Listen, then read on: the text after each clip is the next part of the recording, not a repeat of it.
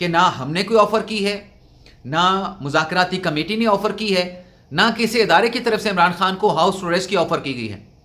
تو یہ دعویٰ بھی عمران خان صاحب کر رہے ہیں۔ اور تیسری بات جو کی علیمہ خان صاحبہ نے کہ پھر عمران خان صاحب سے کہا گیا کہ آپ خاموشی اختیار کر لیں۔ یہ تو عمران خان صاحب کو پارٹی کے لوگ کہتے ہیں کہ خان صاحب آپ خاموشی اختیار کریں، خاموشی سے ہی آپ کے باہر نکلنے کا راستہ نکلے گا۔ اور جو ناظرین پارٹی کے لوگ عمران خان صاحب کو یہ آفر کرتے ہیں، یہ سبق پڑھاتے ہیں، وہ خان صاحب کے خیر خواہ ہیں، اور جو خان صاحب کو الٹی پٹیاں پڑھاتے ہیں وہ خان صاحب کے خیر خواہ نہیں ہیں، وہ خان صاحب کے خیر خواہ نہیں ہے۔ کیونکہ خان صاحب جب بولتے ہیں، خان صاحب کو خود پتہ نہیں ہوتا کہ میں کیا کہہ رہا ہوں، اور آج جو میں کہہ رہا ہوں اسی حوالے سے میں نے 2 دن پہلے کیا کہا تھا، یعنی 2 دن پہلے کہی گئی عمران خان کی جو بات ہے اس روز کہی گئی بات کے ساتھ مطابقت نہیں رکھتی۔ 2 دن پہلے کہی گئی بات کی عمران خان صاحب اپنے اگلے بیان میں جو ہے خود ہی نفی کر رہے ہوتے ہیں۔ اب ناظرین خبر یہ ہے کہ یہاں پہ جو بات کی گئی، ابھی علیمہ خان صاحب نے بھی کہا، خان صاحبہ نے بھی کہا کہ عمران خان صاحب کو ہاؤس اریسٹ کی جو ہے وہ آفر کی گئی۔ اب نام نہیں بتایا کہ یہ پیشکش کس نے کی تھی، یہ نام بتایا شیر افضل مروت صاحب نے کہ بیرسٹر گوہر صاحب جو ہیں عمران خان صاحب کے پاس یہ پیشکش لے کے گئے تھے۔ اب چونکہ مروت صاحب نے نام گوہر صاحب کا لے لیا تو میں نے آج گوہر صاحب سے رابطہ کیا۔ ایک رابطہ کیا، وہ اڈیالہ جیل میں تھے، عمران خان صاحب کو جو توشہ خانہ 2 کا مقدمہ ہے اس کی سماعت میں تھے، تو میرا ان کے ساتھ رابطہ نہیں ہو سکا، کیونکہ ظاہر سی بات ہے کہ وہ موبائل باہر چھوڑ کے گئے ہوں گے، اپنی گاڑی میں چھوڑ کے گئے ہوں گے۔ تو جب وہ باہر نکلے میں نے تب ان کے ساتھ 2 سے 3 مرتبہ رابطہ کرنے کی کوشش کی، تو تیسری مرتبہ میرا بیرسٹر گوہر صاحب کے ساتھ رابطہ ہو گیا۔ شاید مصروف تھے، کال تو میری اٹینڈ نہیں کر سکے، لیکن میں نے ان کو واٹس ایپ پہ پیغام بھجوایا۔ میں نے ان سے پوچھا کہ بیرسٹر گوہر صاحب، کیا آپ عمران خان کے پاس یہ آفر لے کے گئے تھے کہ اسٹیبلشمنٹ یہ پیشکش کر رہی ہے کہ اگر عمران خان صاحب مانیں تو انہیں بنی گالہ میں ہاؤس اریسٹ میں بھیجا جا سکتا ہے، اڈیالہ جیل سے نکال کے انہیں بنی گالہ میں ہاؤس اریسٹ میں رکھا جا سکتا ہے؟ تو ناظرین بیرسٹر گوہر علی خان نے ایسی کسی پیشکش سے انکار کر دیا ہے۔ بیرسٹر گوہر علی خان نے کہا کہ میں نے ایسی کوئی پیشکش عمران خان صاحب کو نہیں کی، میں ایسا کوئی پیغام لے کے عمران خان صاحب کے پاس نہیں گیا۔ یعنی جو شیر افضل مروت صاحب دعویٰ کر رہے ہیں، ایسے کسی دعوے کو ماننے سے تحریک انصاف کے اپنے چیئرمین بیرسٹر گوہر علی خان جو ہے وہ انکاری ہیں۔ بلکہ بیرسٹر گوہر علی خان نے تو یہ واضح طور پہ کہہ دیا کہ ہمارا کوئی پس پردہ رابطہ نہیں، جو رابطے ہمارے ہو رہے ہیں وہ ہماری جو متعلقہ کمیٹی ہے اس کمیٹی کے ذریعے ہو رہے ہیں۔ تو ایک تو ناظرین یہ معاملہ ہو گیا کہ بیرسٹر گوہر صاحب جو ہیں وہ کیٹاگوریکلی کہہ رہے ہیں کہ انہوں نے عمران خان صاحب کے پاس ایسا کوئی پیغام ہاؤس اریسٹ جیسی پیشکش کا جو ہے وہ نہیں پہنچایا ہے۔ تو اب مروت صاحب اپنی پوزیشن جو ہے وہ کلیئر کر لیں، اور اگر آپ کہتے ہیں کہ بیرسٹر گوہر نے تو یہی کہنا ہے، تو میں نے آپ کو بتایا کہ ذرائع بھی بتاتے ہیں کہ ایسی کوئی پیشکش نہیں کی گئی، حکومتی وزراء بھی اس سے انکار کر رہے ہیں، تحریک انصاف کے اپنے رہنما بھی انکار کر رہے ہیں۔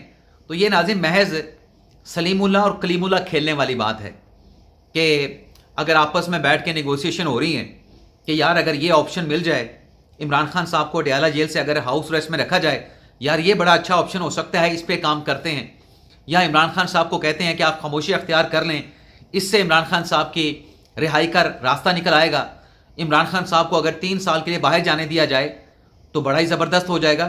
یہ ان کے اپنے پرپوزل ہیں، یہ ان کے اپنے بیٹھ کے جو مشورے ہوتے ہیں، اس میں مختلف جو آپشنز پہ غور کر رہے ہوتے ہیں، وہی خان صاحب کو جب آپشنز بتاتے ہیں، خان صاحب سمجھتے ہیں کہ شاید مجھے کسی نے آفر کر دی۔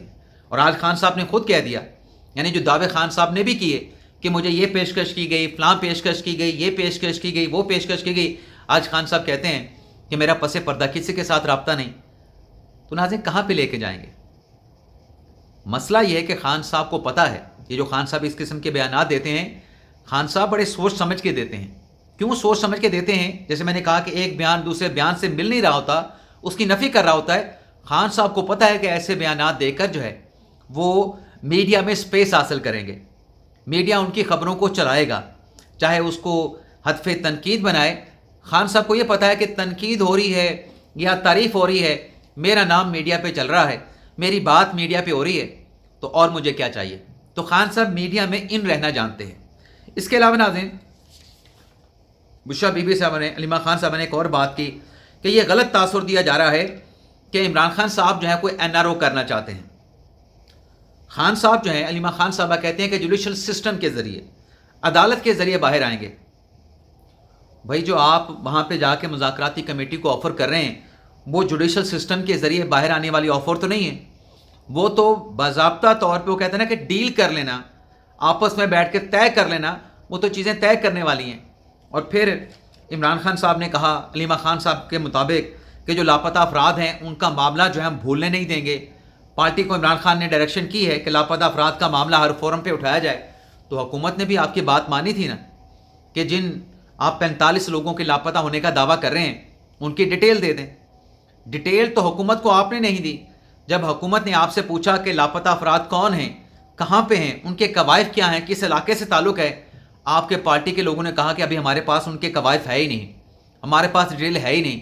تو خان صاحب بے شک بیانیہ بناتے رہیں, حقیقت یہ ہے کہ مذاکراتی کمیٹی کے اجلاس میں حکومت نے کہا کہ آپ ان کی ڈیٹیل دے دیں, اور تحریک انصاف نے وہ ڈیٹیل دینے سے اس لیے معذرت کر لی کہ ہمارے پاس وہ ڈیٹیل ہے نہیں, ہمارے پاس وہ تفصیلات ہیں نہیں.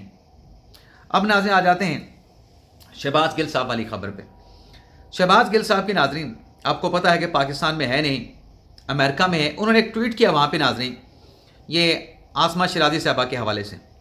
یہ ناظرین ٹویٹ ہے, اور اس ناظرین پوسٹ پہ لکھا ہے جہاں پہ آسمہ شیرازی صاحبہ کی تصویر ہے کہ لیٹ چکا ہے کپتان.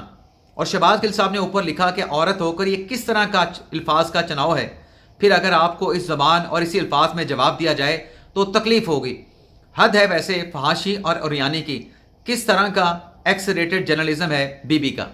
اب یہاں پہ آسمہ شیرازی صاحبہ کو انہوں نے ٹارگٹ کیا, لیکن اس پہ آسمہ شیرازی صاحبہ نے یہ جواب دیا کہ بغیرت اور گھٹیا لوگوں کو ان کی زبان میں جواب نہ دینا میری عادت ہے. یعنی بیٹھا وہ امریکہ میں ہے لیکن اس کو امریکہ میں بیٹھ کے اس کی چترول جو ہے آسمہ شیرازی صاحبہ کر رہی ہیں اپنے جواب کے ذریعے.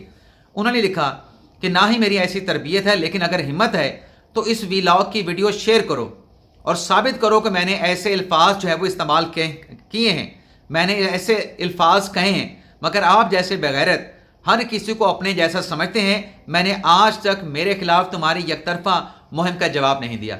یعنی آسمہ شیرازی صاحبہ یہ کہہ رہی ہیں کہ میں نے ایسے کوئی الفاظ استعمال نہیں کیے کہ جو عمران خان صاحب ہیں وہ لیٹ گئے ہیں. یہ تو ناظرین جواب ہو گیا جناب شہباز گل صاحب کو آسمہ شیرازی صاحبہ کا. لیکن ناظرین ایک اور چیز بھی ہے. آج جو ایک سوشل میڈیا پہ تصویر وائرل ہوئی جس میں متحدہ عرب امارات کے جو صدر ہیں انیحان صاحب, وہ مریم نواز کا ان کے ساتھ مصافحہ ہوا. اب اس مصافحے کے اوپر تحریک انصاف کے عمران خان صاحب کے جو ووٹر سپورٹر ہیں وہ سوالات اٹھا رہے ہیں, لیکن سوالات سے زیادہ گندگی جو ہے وہ پھیلائی جا رہی ہے, غلیظ جو ہے وہ اس کا تاثر دیا جا رہا ہے. اس پہ ناظرین رسپانس کیا ہے, جواب دیا ہے حسین حقانی صاحب نے, امریکہ میں پاکستان کے سابق سفیر نے. حسین حقانی صاحب نے کہا کہ اکثر عرب ممالک میں خواتین اور مرد بلا جھجک مصافحہ کرتے ہیں, اور یہ پاکستان میں تنگ نظری اور سیاسی باہمی نفرت کا نتیجہ ہے کہ ایک مصافحے کو وہ لوگ ایشو بنا رہے ہیں, یعنی تحریک انصاف والے ایک مصافحے کو ایشو بنا رہے ہیں. آگے وہ کہتے ہیں کہ جن کا اپنا لیڈر نہ جانے کتنی خواتین سے مصافحہ ہی نہیں معانقہ کر چکا ہے, کیا یہ 21ویں صدی کے ایشوز ہیں؟ اب ناظرین جو خان صاحب کا ماضی رہا اور جو خان صاحب ایڈمٹ کر چکے ہیں جنرل باجوہ کے ساتھ ملاقات میں کہ مجھے پلے بوائے کہا, تو میں نے جنرل باجوہ کو کہا کہ ہاں میں پلے بوائے ہوں, میرا ایک ماضی ہے. تو جن کے اپنے لیڈر کا ماضی ایسا رہا ہو اس کی طرف جو ہے وہ حسین حقانی صاحب نے یہ اشارہ کیا ہے کہ جن کا اپنا لیڈر نہ جانے کتنی خواتین سے مصافحہ نہیں معانقہ کر چکا ہو, کیا یہ 21ویں صدی کے ایشوز ہیں؟ تحریک انصاف جب وہ عدت نکاح کا کیس چل رہا تھا وہ کہتے تھے بڑا گھٹیا کیس ہے, بڑا ایسا کیس ہے, بڑا ویسا کیس ہے, اس پہ بات نہیں ہونی چاہیے. تو آپ جو حرکتیں کر رہے ہیں یہ آپ کی حرکتیں کرنے والی ہیں, یا آپ کی حرکتیں کرنے والی ہیں؟ اجازت چاہتے ہیں ناظرین, اللہ حافظ.